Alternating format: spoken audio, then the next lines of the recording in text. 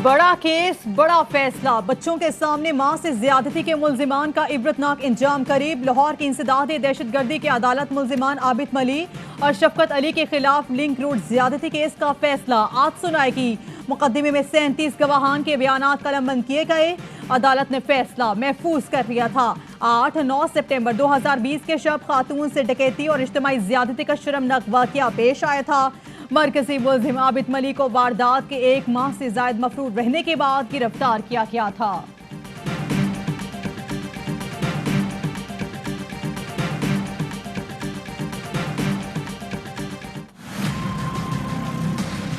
उसने नवाज शरीफ से बात करनी है, पहले मुझसे बात करें। आपसे सुलह नहीं हो सकती। पीडीएम में लड़ाई हो गई। पीटीएम के दो बड़ी जमातों में दूरियां क्यों हुई? मकामत के बादशाह आसिफ जरदारी नून लीग पर क्यों भड़क उठे? अंदरूनी कहानी सामने आ गई। नून लीग की हाईकमान की वीडियो लिंक मीटिंग की बातें सामने आने पर आसिफ जरदारी पर बिजलियां गिरी। नून लीग की दोहरी पॉलिसी सामने आने पर सख्त बरहम हुए। नवाज शरीफ ने पीटीएम इजलास में ऐसे खिताब किए जैसे वो नून लीग के रहनुमाओं को लेक्चर दे रही हों, जो पीटीएम रहनुमाओं को बड़ा नागवार लगा। नून लीग आजम नजीर तारड़ को सेनेट में ऑपोजिशन लीडर बनवाना चाहती थी। पीपल्स पार्टी नाखुश थी। आजम नजीर तारड़ बेनजीर कत्ल केस में जाए वकुआ से फॉरेंसिक सबूत मिटाने वाले पुलिस अफसरान के वकील थे। नवाज शरीफ और हमजा शहबाज यूसुफ गिलानी को चेयरमैन सेनेट बनाने के खिलाफ थे। गिलानी के चेयरमैन सेनेट बनने पर पीपी के पंजाब में मजबूती का खौफ था। लीगी अरकान ने मनसूबाबंदी के तहत यूसुफ रजा गिलानी के नाम पर मोहर लगाई। पीटीएम और पार्टी सियासत के हवाले से फैसला साज भी इख्तिलाफ का शिकार। मुस्लिम लीग नून का अहम इजलास, खानदान के अफराद और चंद सीनियर रहनुमाओं की शिरकत। मरियम नवाज की हमजा शहबाज पर तनकीद। नवाज शरीफ बेटी से नाराज, कहा खामोश हो जाओ। हमजा शहबाज से सीखो, जराए का कहना है। हमजा शहबाज ने कहा हमें महाजराई की सियासत करनी है तो पार्टी तकसीम हो जाएगी। सियासत में मेरे उस्ताद नवाज शरीफ हैं, कैसे कह सकती हैं कि मैं ऐसी सियासत करूंगा। इजलास के दौरान नवाज शरीफ बार बार मरियम पर बरहम, सीट छोड़कर चले गए।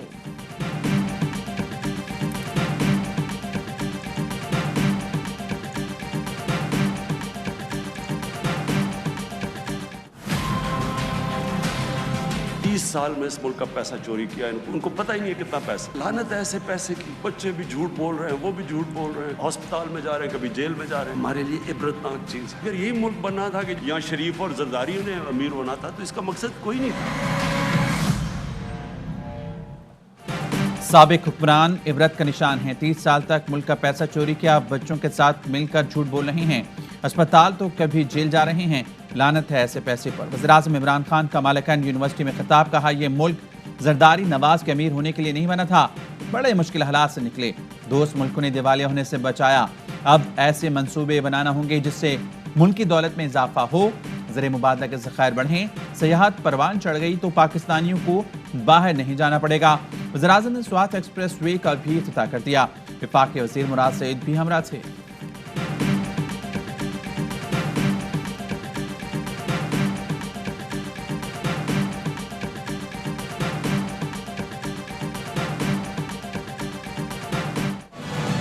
अब ये स्टेट बैंक को IMF की पास गिरवी रखा रही है। कैसा कानून ला रही है? स्टेट बैंक सिर्फ बैनुल-अक़वामी इदारों को जवाबदेह होगा।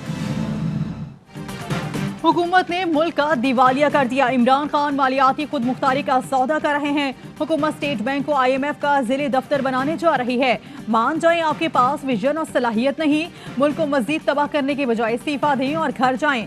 एहसन इकबाल कहते हैं यूनिवर्सिटी ऑफ मालाकंड में जिस मंसूबे का इफ्तिताह किया गया वो नून लीग ने शुरू किया था। बोले नैब कवानीन हमने भुगत लिए, अब इमरान खान की बारी है। पीपल्स पार्टी शरीक ना हो तो भी PTM का सफर जारी रहेगा।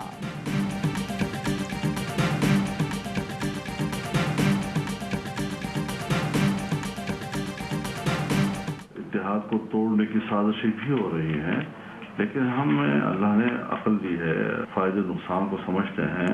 पहले कौमी असम्बली से इस्तीफे का आगाज करें, फिर हम सूबाई असम्बली की तरफ जाएं, भला आखिर में हम सिंध हुकूमत की तरफ जाएं और सिंध असम्बली को तोड़ने की तरफ जाएं। सिर्फ ऐवानों में लड़ना है तो PTM क्यों बनाई? हमारे पास एहतजाजी तहरीक के अलावा कोई रास्ता नहीं। उम्मीद है रमजान के बाद लॉन्ग मार्च होगा। मौलाना फजलुर रहमान कहते हैं अपोजिशन इत्तेहाद तोड़ने की साजिशें हो रही हैं, लेकिन हम बच्चे नहीं। सिंध असम्बली से सबसे आखिर में मुस्ताफी होने की तजवीज़ है। पहले मरहले में सिर्फ कौमी असम्बली से इस्तीफे दिए जाएं। आसिफ सरतारी मियां नवाज शरीफ समेत सबसे राब्ते हैं। अल्लाह ने अकल दी है, अपना नफा नुकसान ना समझ सकें तो हमें सियासत करने का हक नहीं।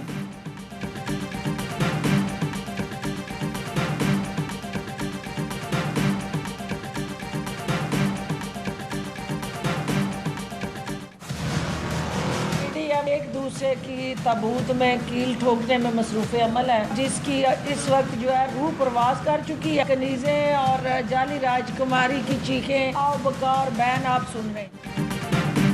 हुकूमत ने मुल्क का दिवालिया कर दिया। इमरान खान मालियाती खुद मुख्तारी का सौदा कर रहे हैं।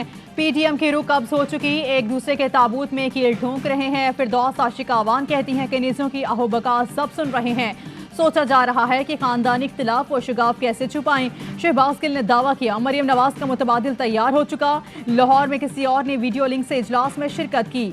मरियम नवाज गुस्से में इस्लामाबाद आई, जूतियों में दाल बट रही है।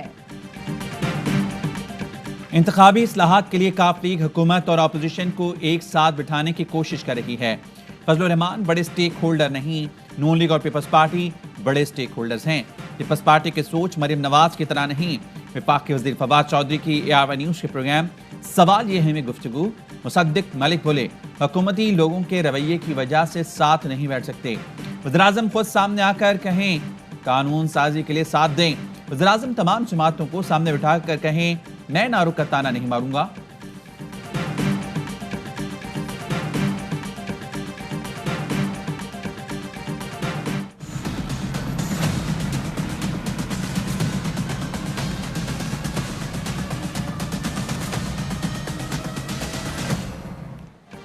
कोरोना फिर पंचे गाड़ने लगा। मुल्क में कोरोना मस्बत आने की शरह 8% से जायद हो गई। 24 घंटों में 3,449 केस रिपोर्ट, 40 अफराद जान से गए। पंजाब में केस बढ़ने पर 50 साल से जायद उम्र के अफराद को भी वैक्सीन लगाने की तैयारी, रजिस्ट्रेशन शुरू हो गई। इस्लामाबाद में पाबंदियां मजीद सख्त। रात 10 बजे के बाद आउटडोर डाइनिंग पर पाबंदी। हफ्ता इतवार को मार्केट्स, रेस्टोरेंट्स मुकम्मल बंद रहेंगे।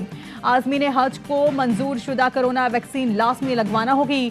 सऊदी अरब की वजारत सेहत का ऐलान।